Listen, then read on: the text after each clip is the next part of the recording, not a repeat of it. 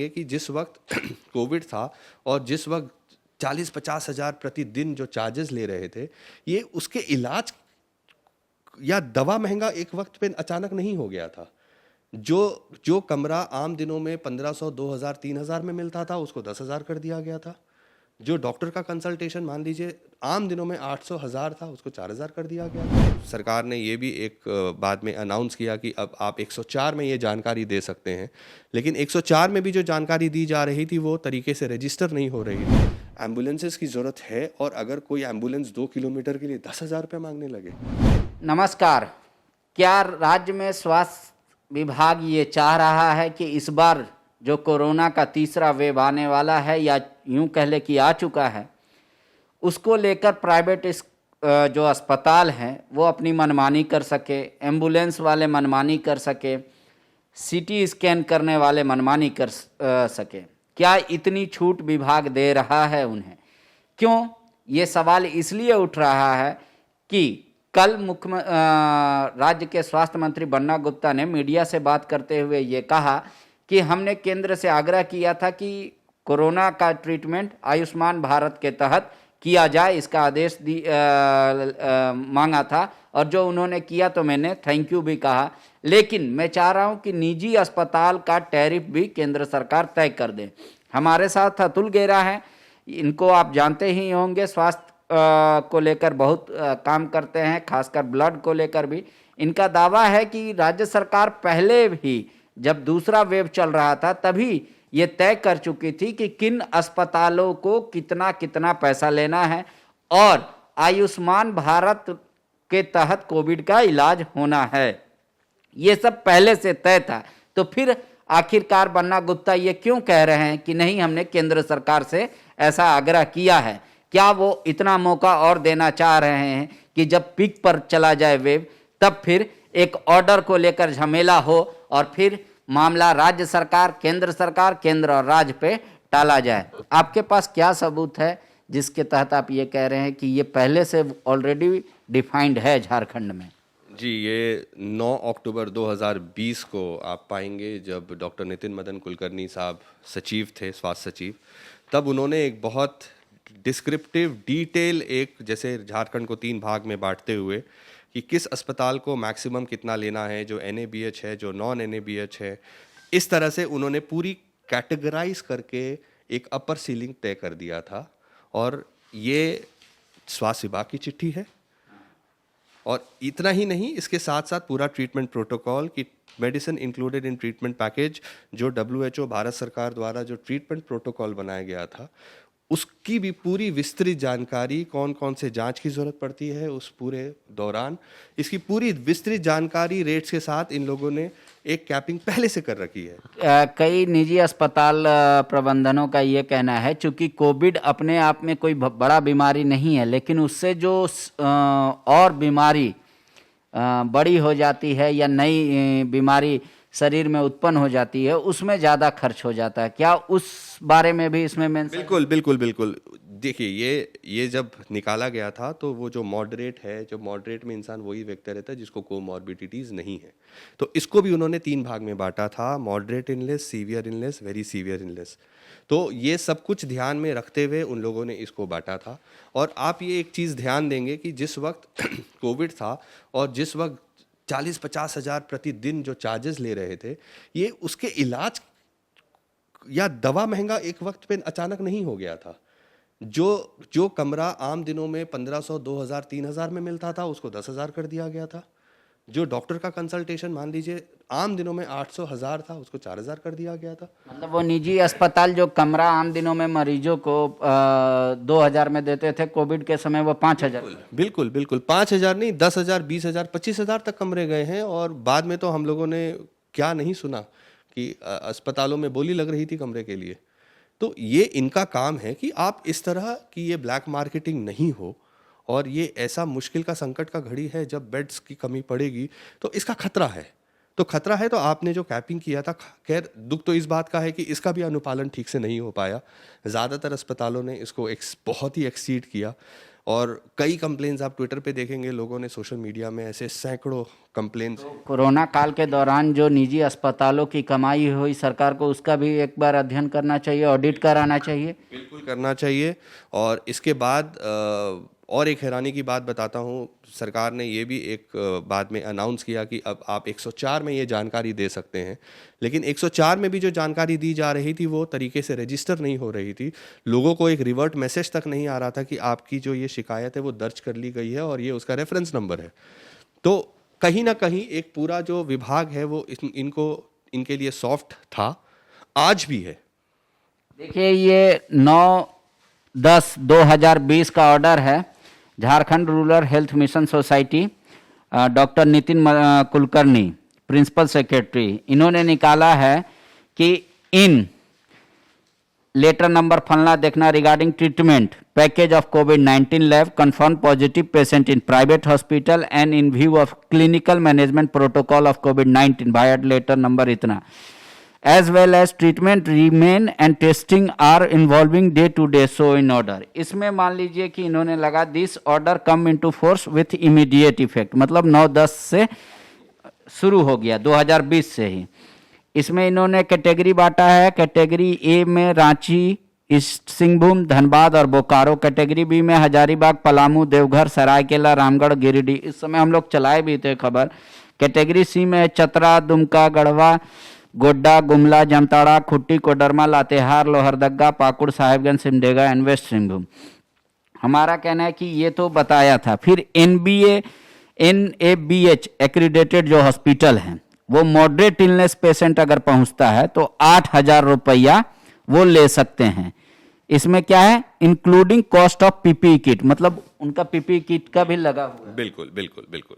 उसके बाद severe illness वाले 10,000 ले सकते हैं, ये पर डे का है। Per day. और very severe ICU with ventilator का चार्ज था 12,000, लेकिन आप कह रहे हैं कि उस समय भी अस्पतालों ने 12,000 के जगह 50,000 तक चार्ज किया।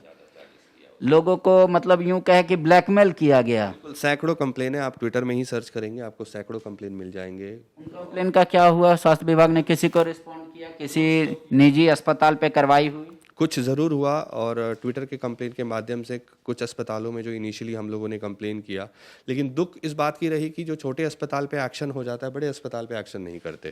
ठीक है, ये तो मान लीजिए कि पहले से रेट तय है कि भाई कौन से पेशेंट आएंगे, उनको क्या क्या बीमारी होगी और कितना पैसा ले सकते हैं। फिर बन्ना गुप्ता ये क्यों कह रहे हैं कि केंद्र इसको तय कर दे? अबे हमें इस बात का डर है कि या तो उनको ऐसा लगता है कि लोगों की मेमोरी बहुत शॉर्ट है, ये कैपिंग उनके विभाग ने पहले ही कर रखी है। उस समय भी उस विभाग के मंत्री बन्ना जी ही थे, बेशक सचिव बदल गए बट विभाग तो वही है। और अब उसकी बाकायदा सारा कुछ लिखा हुआ है कि mild, CBC, RBS, ECG, HB1AC, इस सब इफ डायबिटिक पेशेंट मिलते हैं। मॉडरेट वाले का क्या क्या टेस्ट करना है, टैब SCQ 400 mg, मतलब कौन कौन सी दवा चलानी है, जो पूरा ट्रीटमेंट पैकेज में था। जी, जो भी WHO भारत सरकार ने जो एक ट्रीटमेंट प्रोटोकॉल तैयार किया था, उसकी पूरी डिस्क्रिप्शन है डिटेल में, ताकि ये एक पूरी डिस्क्रिप्टिव वे में समझाई जा सके कि उसको किस तरह तैयार किया गया है। और ये आयुष्मान भारत भी पहले से लागू था, COVID-19 के प्रोटोकॉल जैसे लागू हुए कि उसका ट्रीटमेंट आयुष्मान भारत। बिल्कुल।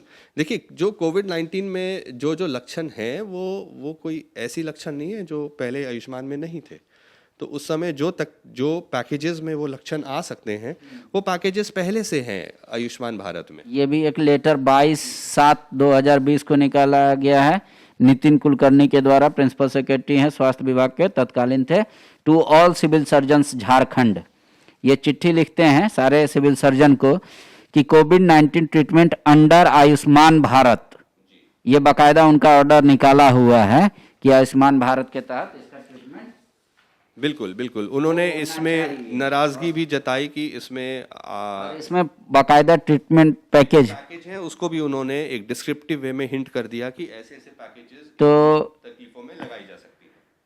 एक क्राइटेरिया दिया है START 333 rule A, patient type and bed category, routine ward with isolation, positive lab result and classic clinic symptoms, 3500 per day. जी, लेकिन एक चीज हमको समझ में नहीं आ रहा है, इसी का राय चार्ट जो आयुष्मान में है उसका ठीक डबल फिर क्यों है दूसरे जगह? देखिए, आयुष्मान जो है ये तो रेट पहले से तय था दर, ये तो कोविड अभी आया, और ये नॉर्मल डेज में ये सब जो परेशानियां अगर किसी को होती है, अगर कोविड नहीं होता लेकिन वो सांस की दिक्कत होती है और कोविड जैसे सिम्टम्स होते हैं, तो दिस अमाउंट, ये तो वो CGHS रेट के हिसाब से जो इन्होंने अपनी जो रेट्स तय की हैं, इनके साथ MOU किया है प्राइवेट अस्पतालों के साथ, तो this is a very reasonable amount, इसमें कोई अस्पताल को नुकसान नहीं है। और जितने जो इलाज आयुष्मान भारत के तहत आधे पैसे में हो जा रहा है उसी को निकाल के यहाँ पे उनको ज्यादा पैसा दिया गया है निजी अस्पताल को सेम इलाज के लिए। बिल्कुल, देखिए अब जो है वो सामने है, तो जबकि जो कैपिंग हुई है उसमें उनको और स्कोप दिया गया है। हम लोग इसका भी विरोध नहीं कर रहे हैं, हम लोग ये कह रहे हैं कि इसका भी अनुपालन कम से कम करा दें। अब जो BPL है, जो आयुष्मान लाभ करता है, उसका इसमें इलाज हो, ये अस्पताल की जिम्मेदारी है। जो कॉमन मैन है, जो BPL नहीं है, उसका इसमें इलाज हो, इस पैसे में इलाज हो। तो सोचिए इनको कितना स्कोप दे रखा है। हम पहले से ही बहुत ज्यादा है निजी अस्पतालों का, जहां 3500 यहाँ 8000 है। हम लोग बिल्कुल उसका भी विरोध नहीं कर रहे। हम ये कह रहे हैं कि जो आपने दिया है सरकार, और जो सरकार बनाई है, मुझे लगता है उस वक्त भी ये सब इनके साथ कंसल्टेशन करके होता है ज्यादातर चीजें जो इनके संस्थान है। एम्बुलेंस और RT-PCR को ये जो CT स्कैन बार बार डॉक्टर कराते थे कि हाई रिजोल्यूशन CT स्कैन करा के आइए, उसका भी कोई रेट तय किया गया था। 18/4/2021 को जब मिस्टर के सोन थे सचिव, उस वक्त भी आप ये पढ़ेंगे जो HRCT जो हम लोग करा रहे थे, उसके पहले बहुत ज़्यादा चार्जेस लिए जा रहे थे। ऐसे उसमें कई मशीन अलग अलग जी, जैसे अगर 16 स्लाइस मशीन है तो उसका 2500 रुपया, अगर 16 से 64 स्लाइस की मशीन है, मशीन हैंड, तो 2750 रुपए। हाई रेजोल्यूशन वाला है HRCT जो आप हाई रेजोल्यूशन कंप्यूटेड टोमोग्राफी कहते हैं, और जो 64 से 256 स्लाइस मशीन है उसका 3000 ले सकते हैं, inclusive of PPE kit and sanitation. तो ये करने की जरूरत पड़ी क्योंकि CT स्कैन जो एक आवश्यक जांच थी, जो सभी को जरूरत पड़ रही थी, क्योंकि कईयों का RT-PCR भी नेगेटिव हो रहा था, लेकिन CT स्कैन में वो आइडेंटिफाई हो रहा था कि कोविड पॉजिटिव हो सकता है या पॉसिबली है। उसमें 8, 10, 12 हजार रुपए लिए जा रहे थे। पूरे मैक्सिमम है कि 3000 आप ले सकते हो। दिनों में 2000, 3000 तक लोग लेते ही थे, लेकिन उसको 8 से 10 हजार कर दिया गया। मतलब कोरोना एक तरह से यूं कहे कि निजी अस्पताल और क्लिनिकों के लिए एक अवसर बन के आया, जहां लोगों के साथ ज्यादा पैसा लिया गया उसी काम के लिए। बिल्कुल, ये तो अब पूरा समाज ने एक्सपीरियंस किया जिस तरह से। इनफैक्ट मैं क्या हूँ, तो मंत्री जी खुद कह रहे हैं कि जिस तरह दोहन किया निजी अस्पतालों ने, लेकिन आप खुद कहते हैं, आप खुद मानते हैं, लेकिन कार्रवाई तो आप ही को करना है। हम लोग तो बोल सकते हैं, चीज़ों को आपके सामने रख सकते हैं, जो चीज़ कमी है आपको बता। एम्बुलेंस का क्या रेट तय किया गया? देखिए, इसी तरह उस वक्त एम्बुलेंस भी आप पाएंगे 3 किलोमीटर के लिए 6 से 10 हजार रुपये मांगे जा रहे थे, या किसी बॉडी को घाट ले जाना है तो 15,000 रुपये दीजिए। तो एम्बुलेंस के लिए भी 13/4/2021 को जो के सोन साहब थे उस समय सचिव, उन्होंने यात्रा के आरंभ के अधिकतम 10 किलोमीटर तक के लिए 500 रुपये मात्र के भुगतान उपभोक्ता द्वारा किया जाएगा। 10 किलोमीटर के उपरांत तय दूरी की गणना प्रति किलोमीटर अधिकतम 12 रुपये मात्र दर करते हुए भुगतान उपभोक्ता को करना होगा। तो एक जो जनरल 10 रुपये प्रति किलोमीटर या 12 रुपये प्रति किलोमीटर, इसके साथ PPE किट और सैनिटेशन का उन्होंने 200 रुपये कुछ ऐसे और एडिशंस कर दिए थे। तो जो आम रेट है उससे ऊपर ना जाए, उसको लेके उन्होंने एक अलग से आदेश निकाला। आदेश निकालना पड़ा चूंकि एक ये ऐसी व्यवस्था थी, चूंकि 108 उस समय पूरी तरह एग्जॉस्ट हो चुका था, लोग कॉल कर रहे थे, अस्पताल में जगह नहीं था। कई बार ऐसा हो रहा था कि एक निजी अस्पताल से दूसरे निजी अस्पताल ले जाने की जरूरत थी, तब आपको 108 भी नहीं मिलना था, क्योंकि 108 अगर आप कॉल करते हैं तो वो सबसे पहले आपको सरकारी अस्पताल ले जाना चाहता है, जो उसके नियम है। हम उसके नियम के विरुद्ध भी नहीं है, लेकिन जहाँ पे एम्बुलेंसेस की जरूरत है और अगर कोई एम्बुलेंस 2 किलोमीटर के लिए 10,000 रुपये मांगने लगे, तो यहाँ पे तो गवर्नमेंट। जब हम लोगों के पास 2 एक्सपीरियंस है ऑलरेडी, फर्स्ट वेव और सेकेंड वेव, जब पूरी तरीके से क्राइसिस था, मतलब मनमाना ढंग से पैसा वसूला जा रहा था मरीजों से और उनके परिजनों से कि अगर इलाज कराना है तो इतना पैसा बेड का लगेगा, जो आम दिन में 3000 अब 30,000 लेंगे, फलना का डेक इतना लेंगे। एम्बुलेंस वाले भी अपना लूट मचाए। उसके बाद HRCT टी करने वाले भी जो हैं, सिटी स्कैन, वो भी लूट मचाए। तो 2 वेव का तो एक्सपीरियंस राज्य सरकार को है ऑलरेडी, और जब ये कहा जा रहा है कि ये तीसरा वेव जो ओमिक्रॉन का आया है ये इतना फास्ट फैलेगा कि मैक्सिमम एक दिन में 4-4 लाख लोग मिलेंगे, तो इसको लेकर अब राज्य सरकार को क्या करना चाहिए? अब देखिए, मुझे इस वक्त यही कहना है कि 2 अनुभव ऐसे रहे जिसमें हमने एक्सट्रीम्स भी देख लिया, और उस वक्त जो वक्त जैसा था राज्य सरकार ने, स्वास्थ्य विभाग ने अकॉर्डिंगली दिशा निर्देश निकाले चीज़ों को, मैल प्रैक्टिसेस को, कदाचार को रोकने के लिए। अब वो पेपर्स हैं आपके पास, जो कदाचार हुए उसके ही विरुद्ध उसको रोकने के लिए निकाला गया। अब वक्त ये है कि जो कदाचार तब हुए थे वो फिर होंगे, क्योंकि हम उसी सिचुएशन में लौटने वाले हैं। जिस तरह रांची में सिर्फ आप देखेंगे कल 600 कुछ था, अब दिन 600-800 अगर आप टेस्टिंग में लोग आने लगे पॉजिटिव, तो कुछ दिन में अस्पताल भरने लगेंगे। और अभी अगर आप कह रहे हैं ये लोग माइल्ड है, तो अगर एक माइल्ड वायरस मेरे लिए या और किसी व्यक्ति के लिए जिसको और भी बीमारियां अंदर हो सकती हैं, वो वायरस दूसरी तरह से एक्ट करेगा। जो बहुत फिट है शायद वो पार हो जाएगा, जो अनफिट है वो फंस जाएगा। तो हमें तैयार तो रहना पड़ेगा। ये सारे चीज़ों का अनुपालन कैसे हो? देखिए, नियम तो आते हैं, सरकार ले आती है कि कल को कोई कोर्ट चला जाएगा तो कहेंगे कि देखिए हमने इतना कुछ काम किया, और कोर्ट में तो कागज चलता है।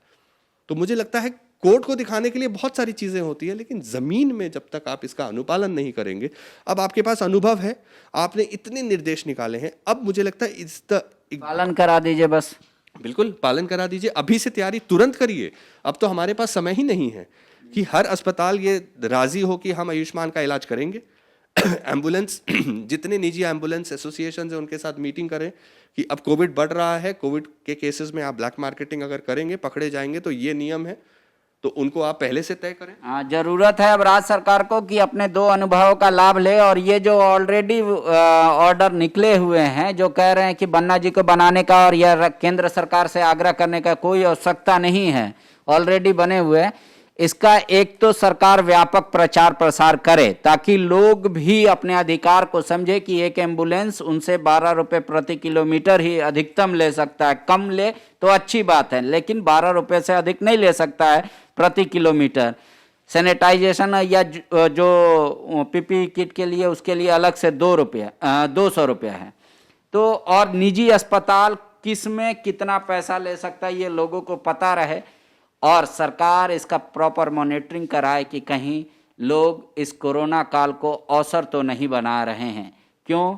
क्योंकि आखिरकार जनता पिसती है, और जनता जब मौत के मुहाने पे खड़ी होती है तो शायद वो अपना ज़मीन बेचकर भी पैसा चुकाने को कोशिश करती है। यही कारण है कि निजी अस्पताल दोहन कर रहे हैं।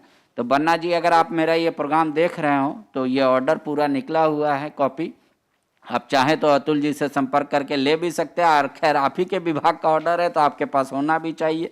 लेकिन इसको अब इम्प्लीमेंट करा दीजिए, पूरे अखबार में, पूरे टीवी में ये विज्ञापन दे दीजिए, होर्डिंग छपा दीजिए कि मैक्सिमम इतना ही पैसा लिया जा सकता है, निजी अस्पताल आपसे ले सकती है, चाहे वो कोई भी परिस्थिति हो। ये नहीं कि एक बेड खाली है और 5 मरीज है तो जो सबसे ऊंचा बोली लगाएगा बेड उसी को मिलेगा। शुक्रिया। thefollowup.in. Like, share, and subscribe. www.thefollowup.in